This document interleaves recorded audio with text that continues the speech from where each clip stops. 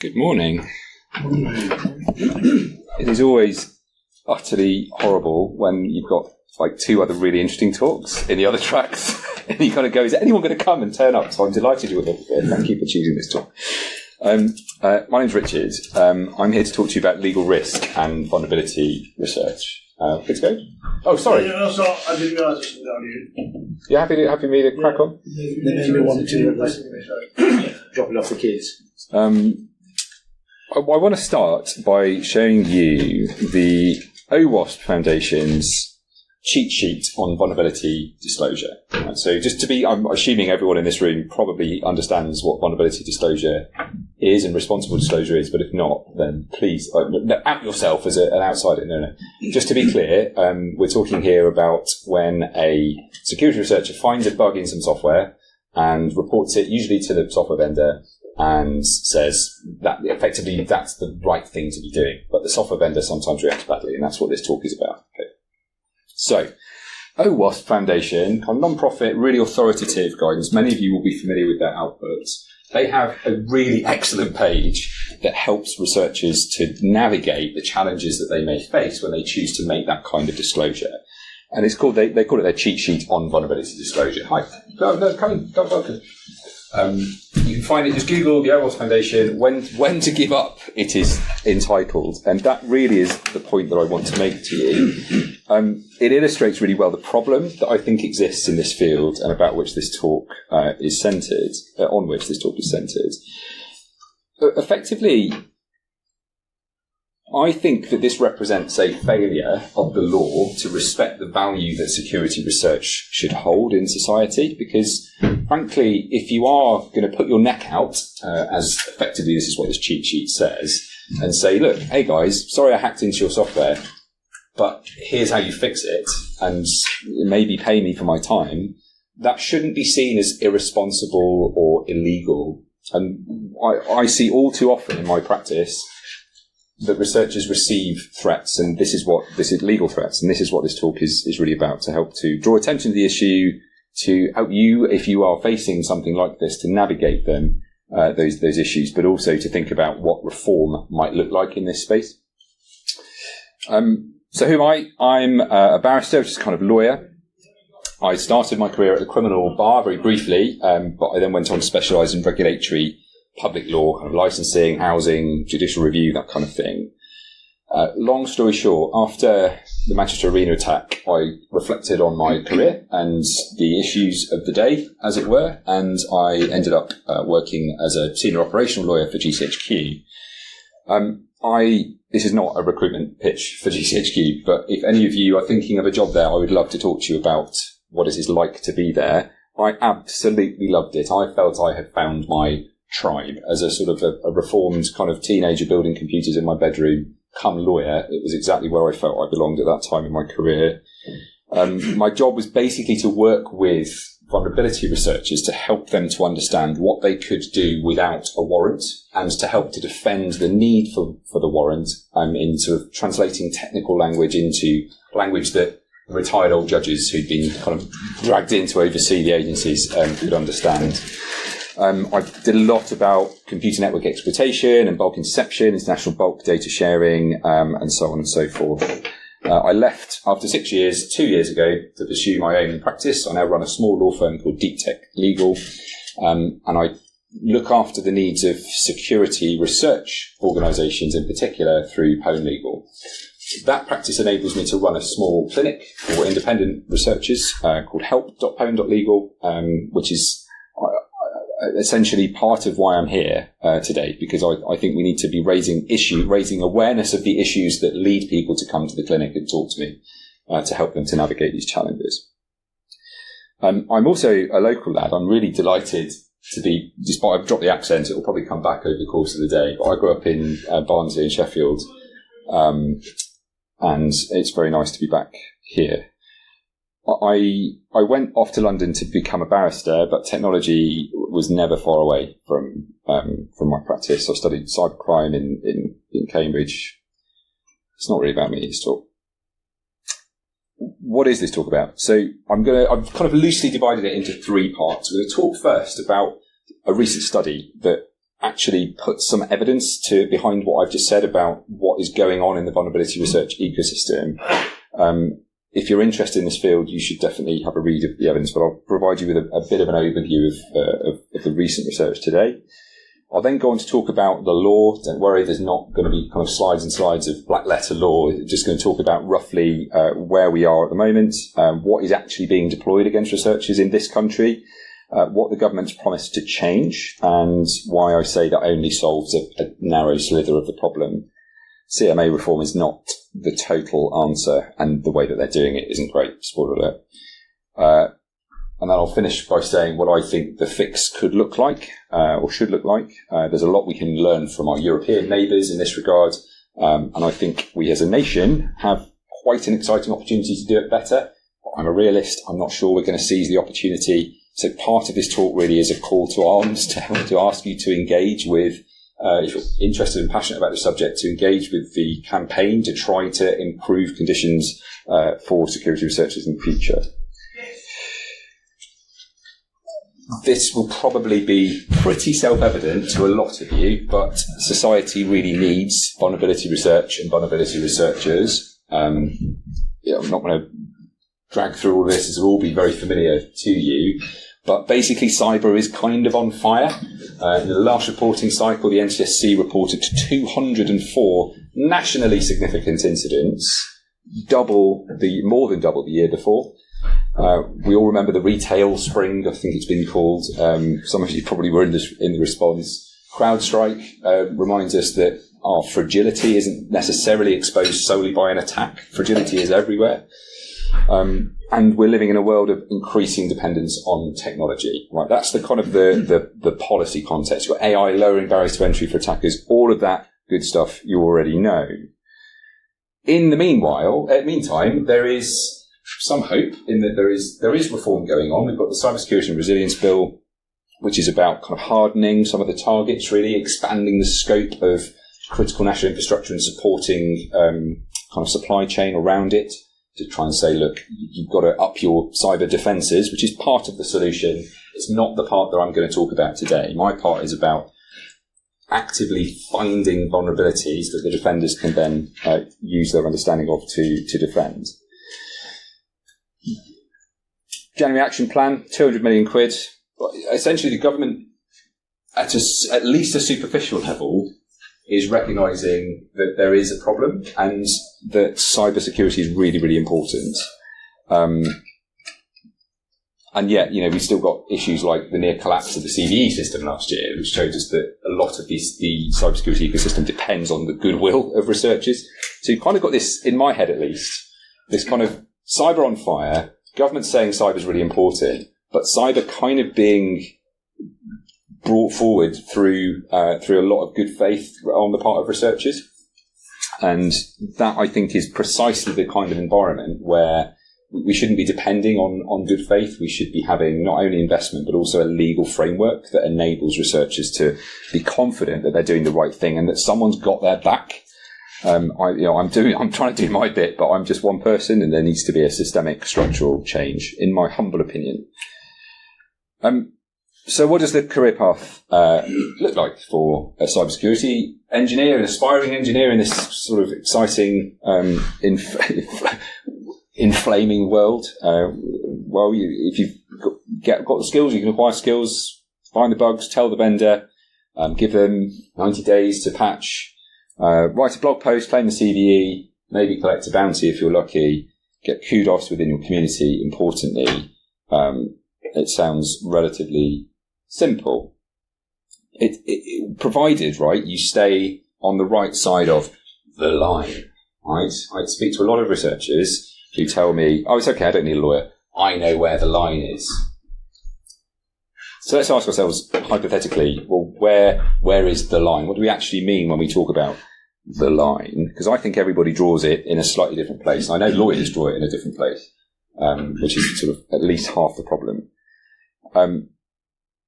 The question I'm often asked is, to sort of sound me out to see whether I'm a cool lawyer or not. What do you think to port? Is port scanning illegal? Using a protocol exactly as it's intended should be fine, right? On the open internet, just port scanning. Yeah. What ports are open? I think that's fine. Banner grabbing? Don't know. What about little Bobby Tables? Well, Bobby Tables is mum, I think. Have they crossed the line? They dropped all the students' table? Yeah, maybe, probably. But they were doing it with good intent, right? To demonstrate the school's failure of input validation. What about if you send a malformed request to see if a host is vulnerable to Heartbleed? What if you do that across 1 million hosts? Because, that is what modern scanning and research looks like, right? It's certainly what the attackers are doing. What about running an open proxy? See what script kiddies come on and start fuzzing through it on the basis that you're gathering threat intelligence. What about if you run a honeypot for CSEO material? And et cetera, et cetera, et cetera. Right, there are loads of different scenarios that we could talk through.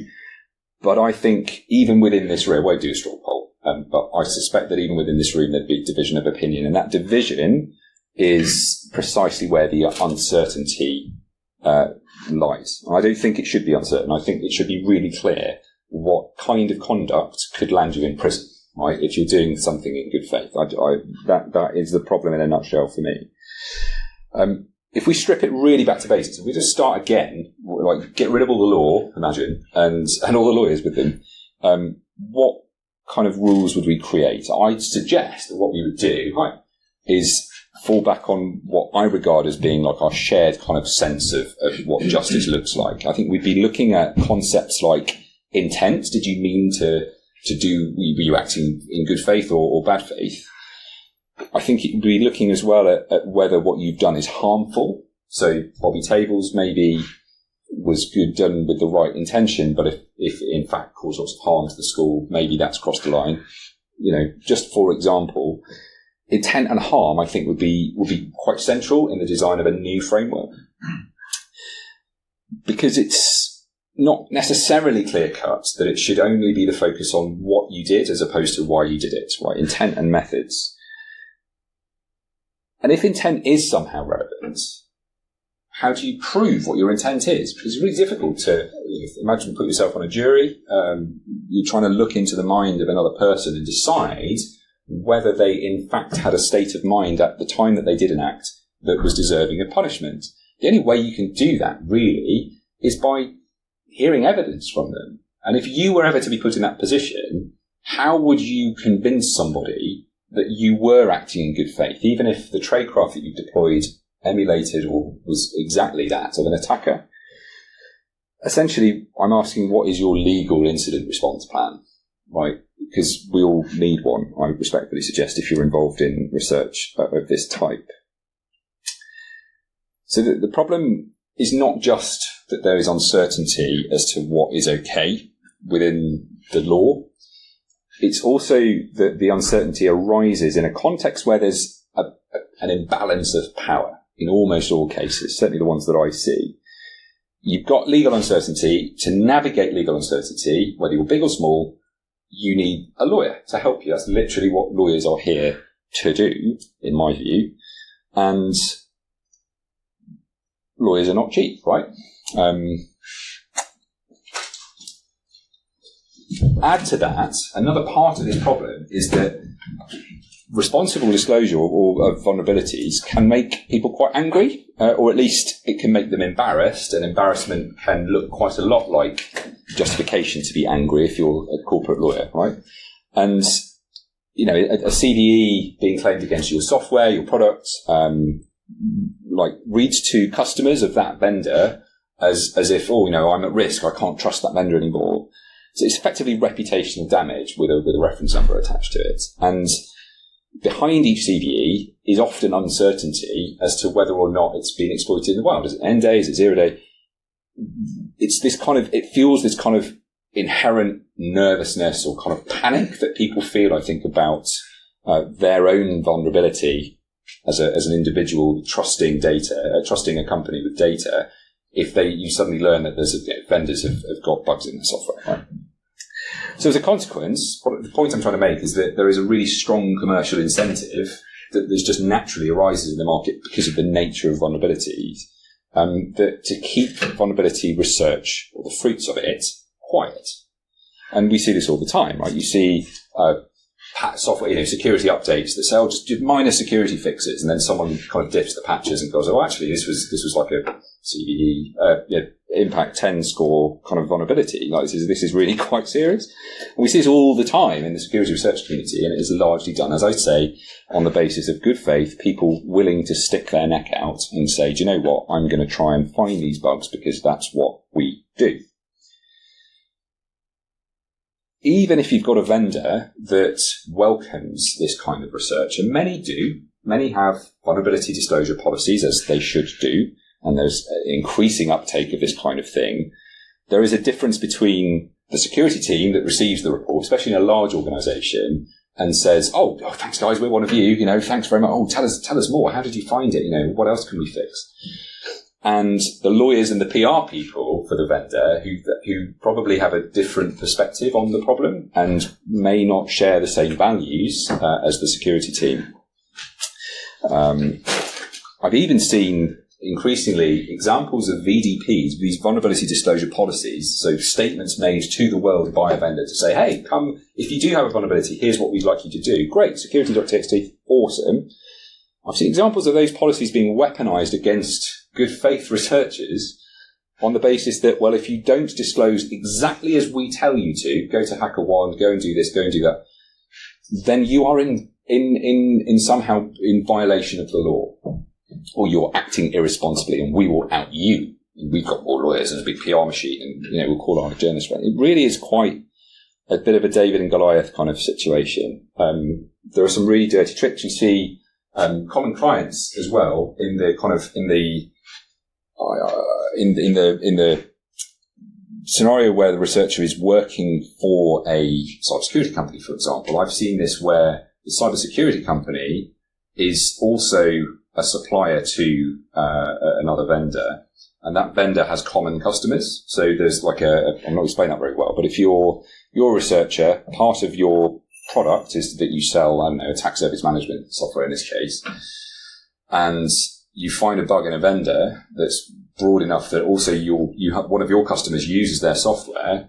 There's this kind of accusation that the researcher has somehow used inside knowledge because of their relationship with their mutual customer, and that is another lever of commercial and legal pressure. It is horrendous, the kind of tactics that people will use to try to silence independent researchers. And because of that asymmetry, you're kind of outgunned from the beginning, and they think they can push you around, and they do, and that's why I do what I do. The best statement of the problem, I think, came from the OECD in 2021, right? And I'll give you a moment to read that, but I will kind of talk over it. Essentially, in reviewing the field for policymakers, the OECD said that legal risk faced by researchers is one of the most significant obstacles to coordinated vulnerability disclosure, enabled by a legal environment that does not sufficiently protect researchers, creating a power imbalance and a chilling effect. That's exactly what I've just said on the last slide. So essentially, the picture is this. I've argued that good faith security researchers are busy doing genuinely essential work, but they're operating in an environment with kind of hostile incentives on the part of vendors in circumstances where they've got asymmetric firepower. What that actually looks like, though, in practice was kind of lacking an evidence base until earlier this year, where major shout out to two academics, one from New York University, Sunu Park, and one from the University of Strathclyde, Daniel Thomas, who did a study over a couple of years, 24 to 26, that will soon be presented, I think, next month at the Usenix Security Symposium. Give away the title, Sticking Their Heads Above the Parapets. That's exactly what researchers are doing. There's a link on the slide to the preview if you want to read it. It's quite long, but if you're interested in this, it's genuinely worth at least asking Claude to summarise it for you. And it is, to my mind, the first sort of systematic, qualitative study of computer security researchers' lived experience of legal risk. It's a relatively small sample size. There's two guys doing this, right? But 36 researchers across the UK and the US participated. That Collectively, they had experience of about 130 research projects, good faith vulnerability research projects, over about 30 years. They also talked to 8 supporting professionals, kind of lawyers and advocates, who between them have supported thousands of researchers. So it is meaningful data, but it's not sort of claiming, it's not able to claim a kind of an extrapolation to a whole population size, but it is still meaningful. And I think importantly what it does to this debate in terms of the debate for reform is that it replaces what hitherto had been kind of anecdotes swapped over the pub at conferences like this one, and puts it into a peer-reviewed academic paper that says, look, here, this is the shape of the problem.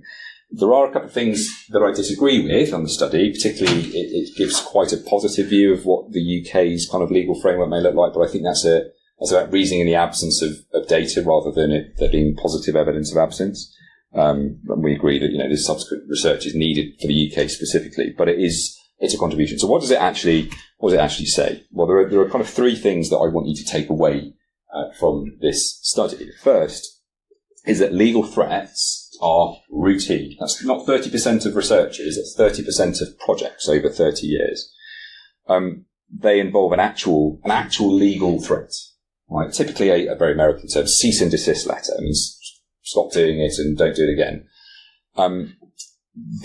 Most of these never reach court. They go only near court, and many would fail if they did. And my favourite line in the whole paper was from a researcher who did have the benefit of access to a lawyer, showed them the cease and desist letter, who said, it may as well have been written in crayon, don't even bother responding to it. But here's the sting. Cease and desist letters, even those written in crayon, do work. They do still have a chilling effect, unless you have access to a lawyer competently to spot it.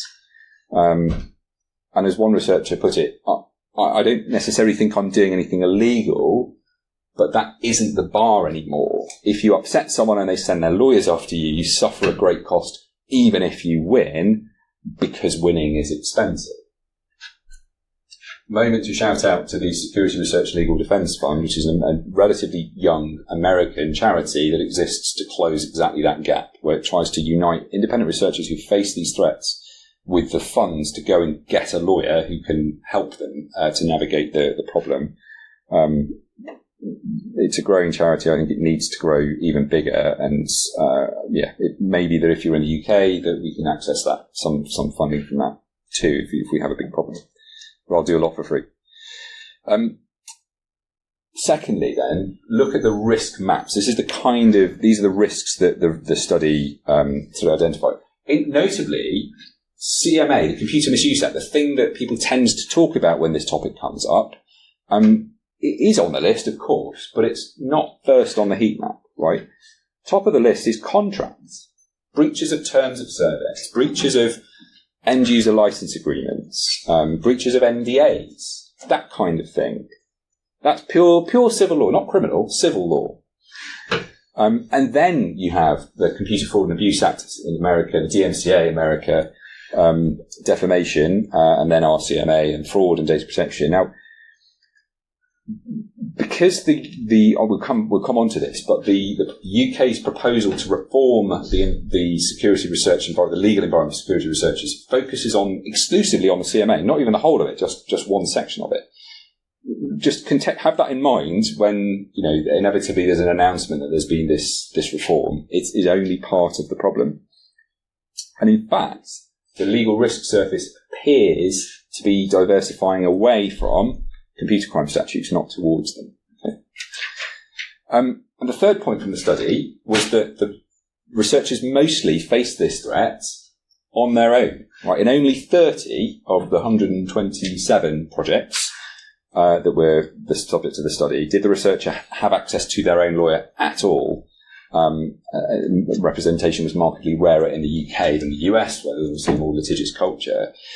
But even then, typically, even those 30 lawyers were generally those that were kind of generalist lawyers attached to academic institutions, where there was an academic institution involved in the research. And they obviously do a brilliant job. But generally speaking, their experience is kind of things like research ethics, tuition fee disputes, freedom of speech issues. They're not necessarily specialists in cyber. And the study actually revealed troublingly, that the experiences of researchers using those lawyers, as opposed to specialist lawyers, of which there are more in the US than here, was pretty negative. I think obviously I would say this because I have a commercial incentive to do so, right? But I think that demonstrates the need not only for access to legal advice of any kind, but of a particular specialism. So I think there's something on lawyers as well to make more specialist lawyers available, not just kind of commercial lawyers who are kind of rebranding as cyber experts because they think they can get an expensive incident out of it. But that's a different talk. Yes. Next. This is the bit of the study that I would really like you to kind of really remember on your way home. And this is the bit that talks about what are the actual impacts of those threats. So we've established that they're prevalent and that they're often faced alone. What is the consequence of that? Well, I'm going to start unapologetically with the emotional impact on these independent researchers. They report fear, worry, frustration, and stress. 90 expressions of those 4 emotions across the interviews. I can speak firsthand to part of the clinic is about dealing with people who are often in a state of distress if they sort of, gone to speak to a lawyer. Anyway, behind those feelings are the impacts on the research. Abandoned projects, findings never published, sort of whole areas of research avoided because of the concern, as well as the kind of sleepless nights, careers, worries. One researcher talked about a conviction that they later had to overturn and spent some time in prison. I mean, it sounds dramatic, but this is there's the evidence. Go read the study. I had a researcher in my clinic not very long ago who received a really nasty threatening letter from a vendor, software vendor, sort of out east, shall we say, claiming all sorts of really nasty, quite pseudo-legal things. Effectively threatening what would have amounted to bankruptcy for that individual. He was ready to kind of sell his house and move his assets into crypto. It's like genuinely, we can be a bit of a vulnerable bunch sometimes, but this is, it's really quite oppressive behaviour, and that's before any court is involved. That's one letter from an in-house lawyer. And one quotation I think makes my point for me. I'd rather let the adversaries find the bugs than face that. And that is that in a nutshell is the problem, right? But it's a natural response to the imbalance that drives me to be here today. So that's impact 1, the kind of the abandoned projects, the fear and the worry. Another one is stockpiling, which adds another layer of concern that I think is the thing that government isn't really engaging with enough. And that is that essentially when the law fails to protect responsible disclosure, it doesn't necessarily stop the research, it stops the reporting, surfacing of the fruits of that research. Vulnerability might still get found, but it might just sit in a drawer, right? Or worse, be sold to the highest bidder who has an aligned incentive not to reveal what you've done to the vendor. That is a problem. That is a major problem. And the study documents that happening at a really significant scale. And worse, depending on your perspective, researchers in the study describe being offered life-changing money for their stockpiles. Whether you regard that as a problem or not is a matter down to sort of ethics and values. But their silence is effectively being bought by buyers whose identity they can only guess at. Crime, foreign intelligence, friendly intelligence, who knows? At the same time, we're seeing even responsible vendors paying less for bounties because AI has accelerated the ability of researchers to find bugs. And I think there needs to be a study on this, actually, but just as a bit of an aside, we've obviously seen just a couple of months ago, HackerOne cutting its rewards down from I think a critical fell from $9,000 to about $2,000, medium to $300. And actually pause the program because of being overwhelmed by kind of AI collisions, AI generated submissions flooding their triage. At the same time, you've got OpenAI upping its maximum payout to 6 figures, $100,000, and Google raising its rates as well. So I think what we're seeing, I don't have the data for this, but I think what we're seeing is a splitting of the lawful market. You've got the commodity end, for want of a better word, of more commonly available vulnerabilities, is kind of crashing and becoming, commoditized. while the premium end is kind of climbing. And that is only going to amplify the risk of stockpiling because of that commercial incentive to say, well, if I can get even more for selling this to the bad actors, then, maybe that's what's going to subsidise all the research that yields things that are only worth 300 quid on HackerOne. Watch the space. Keen to hear any thoughts about that, actually. But we'll come on to that at the end. Going back to the chilling effect and stockpiling, I think that the scale at which this is happening ought to be recognised as effectively a problem of national security. Not necessarily in the kind of let's get the missiles out kind of a way, but in a sense of that our collective cybersecurity depends on the health of this ecosystem, and this is an ecosystem that is hemorrhaging research opportunities and the fruits of them. So let's have a look at what the legal landscape looks like in the UK. Right. So notice that in line with that study, Park and Thomas, the CMA is but one item on quite a long list. And to be clear, I haven't made this up. Like, this is informed by an analysis from a High Court judgment in the Daniel K. Lone Star case, the citation for which is down there if you're interested. But I've added some of my own creativity if you are, if you'd like to kind of, you're welcome to read the judgment. Interesting case, but that's not what let's talk about. I'll talk about it later. So kind of three buckets here: crime, contract, and tort and equity. So crime, obviously CMA, you've got unlawful interception, depending on your tradecraft under the Investigatory Powers Act, you've got to think about. CMA reform won't touch that. Not forgetting Section 170 of the Data Protection Act, which is the offence of obtaining personal data without consent, which interestingly has a public interest offence. Park that thought because we'll come back to it when I talk about the CMA. Essentially, there is a genuine risk that if you're a researcher and you describe what you have done and how you've done it, that you're effectively self-incriminating under a number of potential different statutes. And that's before we even talk about fraud and a lot of the old crimes, right? Not just computer security statutes. We talked about contract, terms of service, EULAs, have kind of no reverse engineering clause that we often just click through. That provides a hook on which to found a genuinely arguable legal challenge. Tort and equity are kind of other species of legal causes of action in this country. Breach of confidence is an example of a tort. If you've uncovered something that the vendor regards as a trade secret, they can say, well, even without a contract, there's an implied obligation of confidence that arises from the very nature of the information. There's law that enables them to argue that.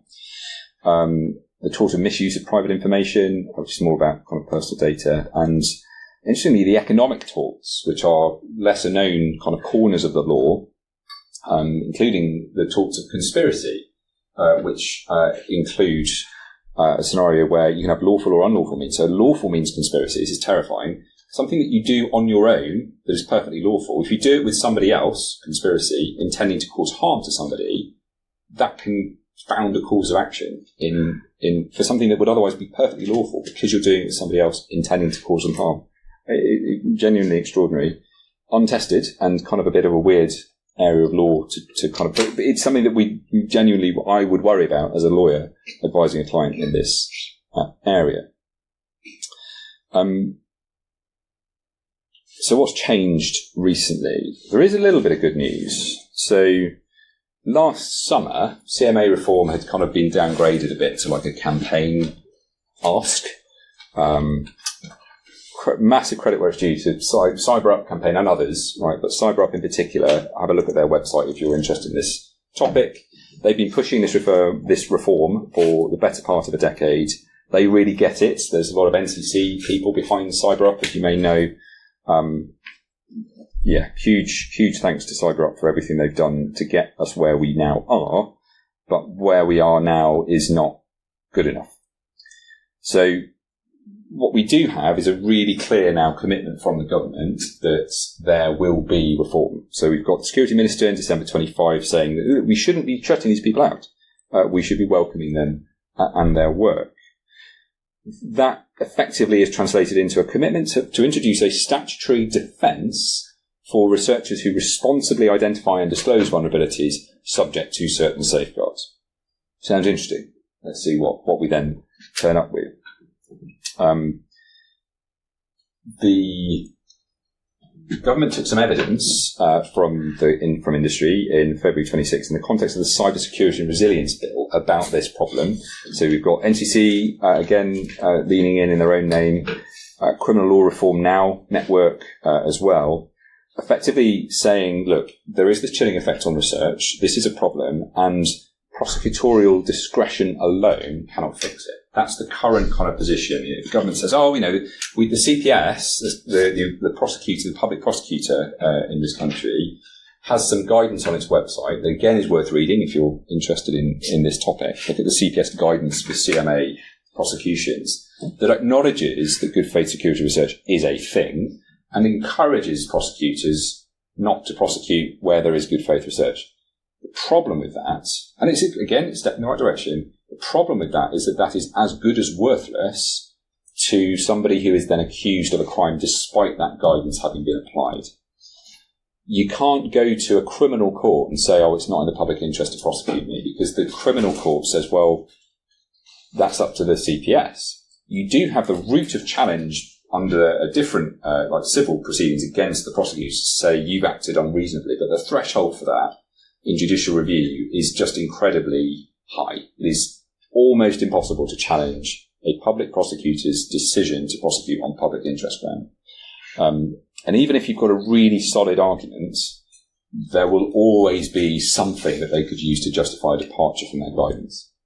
And so this is why you have situations like in the Crown Court where researchers are accused of doing something that's caused no harm, that technically breached the CMA, and you have the Crown Court judge passing sentence to say, well, reluctantly, I've got to conclude that you've committed an offence, and so here's a sentence.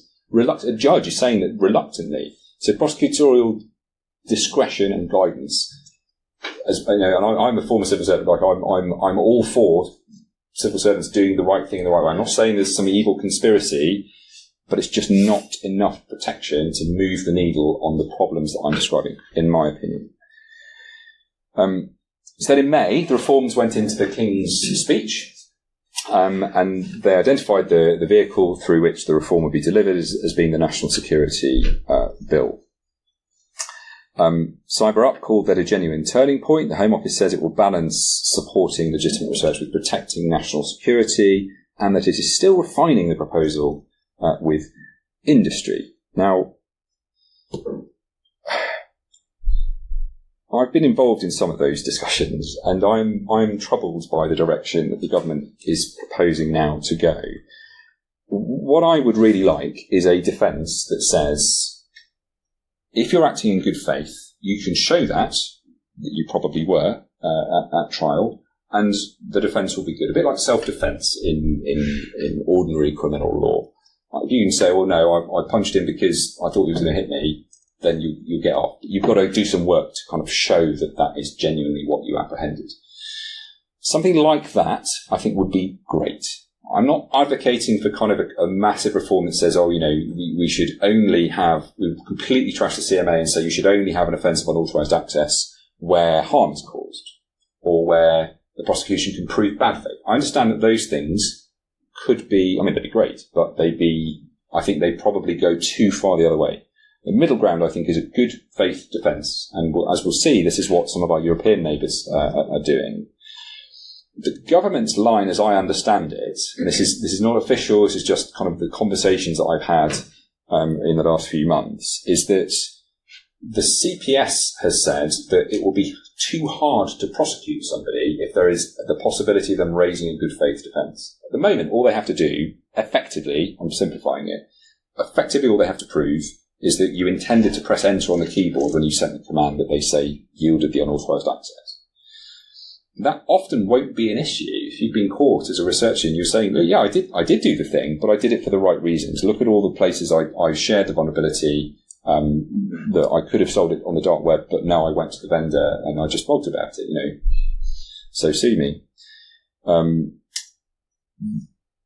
the CPS are concerned that will introduce too much complexity and therefore make it too hard to prosecute, which I think is getting the issue the wrong way around. They already have to consider, if they're applying the guidance correctly, whether or not the offence took place under circumstances of good faith research. So they already have to engage with this issue. What's the problem of engaging with it in the course of a trial? If you're confident that it's got through the public interest test, then why not also surface those same reasons in a trial?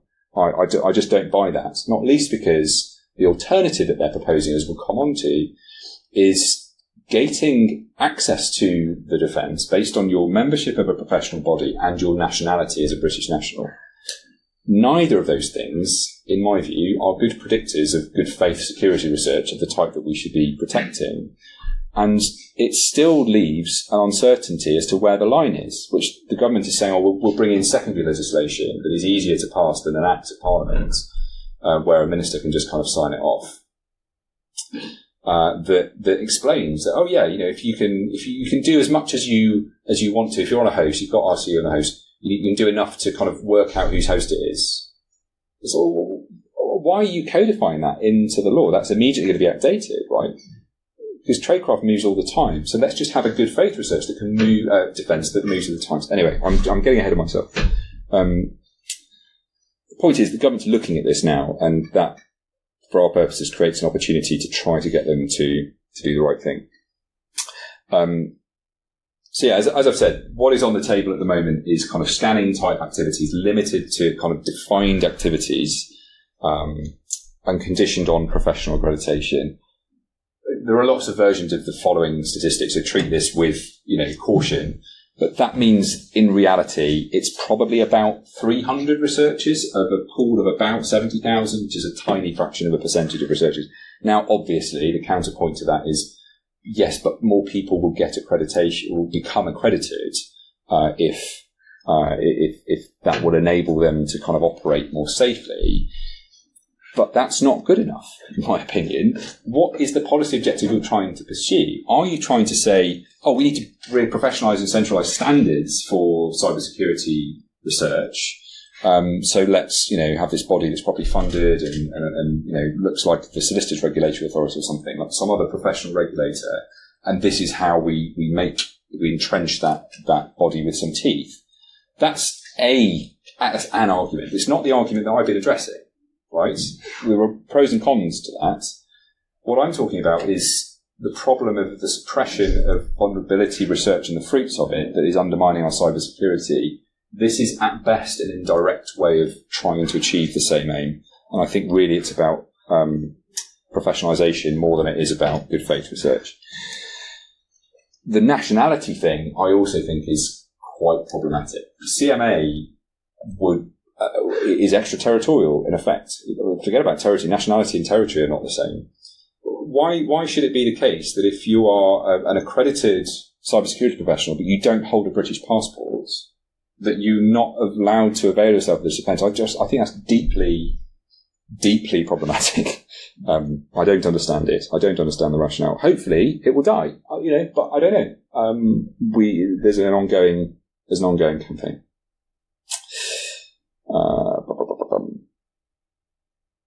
Where have I got to? Sorry, my passion for this topic means that I end up going off script.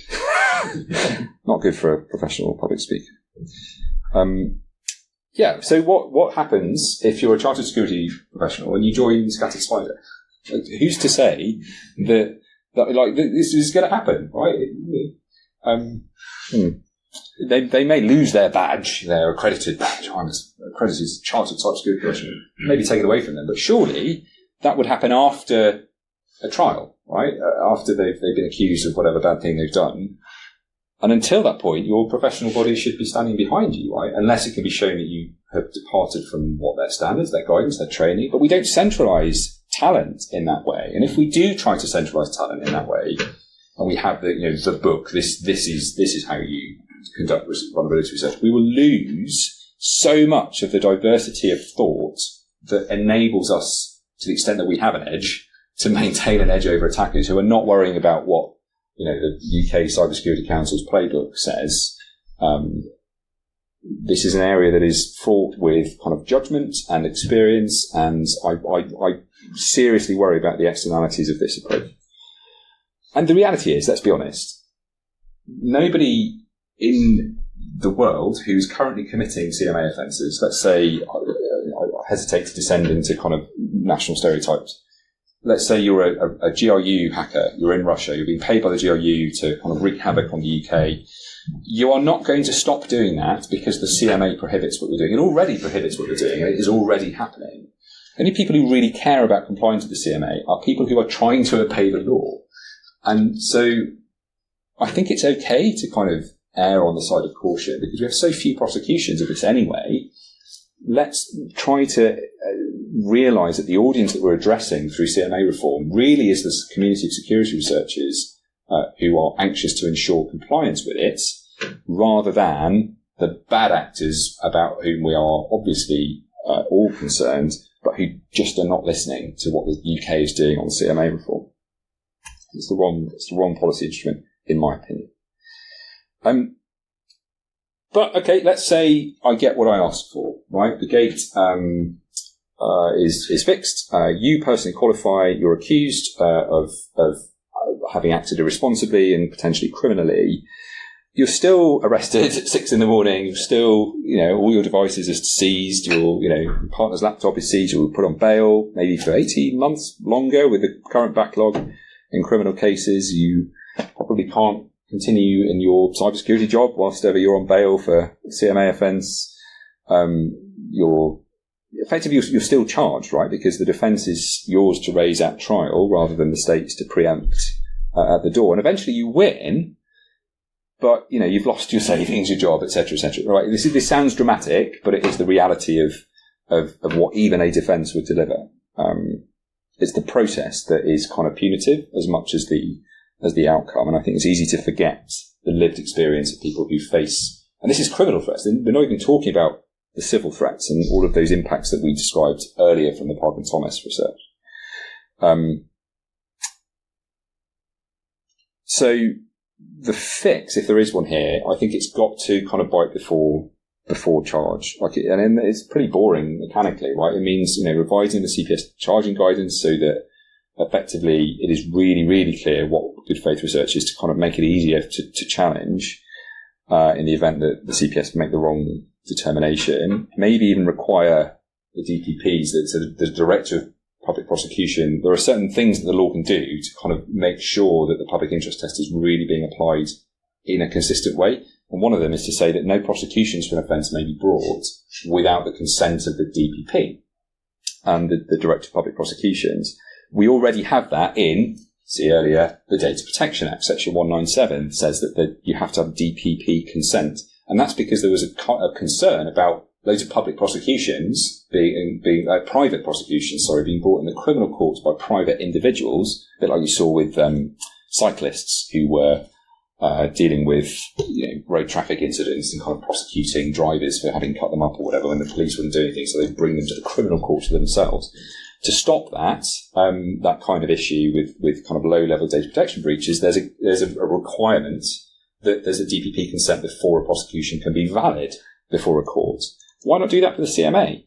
Right? If we're talking about the government being concerned about protecting security researchers, why not have a central point that is responsible and accountable for making that decision in a way that ensures that it is being made consistently across the boards? I personally would like to see, going back to the general, the wider problem of civil legal liability, I would love to see a proper safe harbour, right? A general immunity for good faith security research. Because without an immunity, we can argue about the edges of the CMA in Section 1 offence all we like. It's not going to be enough to deal with the civil legal risks. Right? I would genuinely love to see something like a Whistleblowers Act, and we'll come on to what Belgium has done, that says that, look, if you can show that what you did was in good faith, it doesn't matter what clever legal argument is thrown at you, the state will back you. You're okay, right? Don't worry.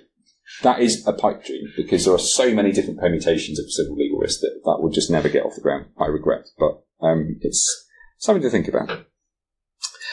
So what, if anything, can we learn from our European neighbours? Another brilliant study this year. Again, if you're interested in this topic, there's a URL here for you to have a look at. It's a publication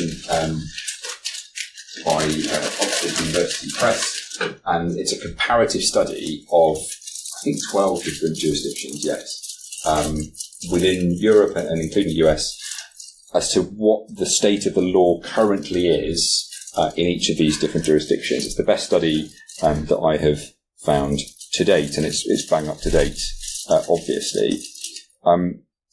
Their verdict on the landscape is that it is fragmented and insufficient across all of those jurisdictions. It is commonly believed that researchers are better protected in Europe, when in actual fact the language that argument is based on sits in recitals to instruments like NIS2, the EU Cyber Resilience Act, recital 60 and 75 respectively. Recitals are not actually part of the instruments, and very often, as we've seen currently with NIS2, it depends on national implementation of these kind of European-wide directives.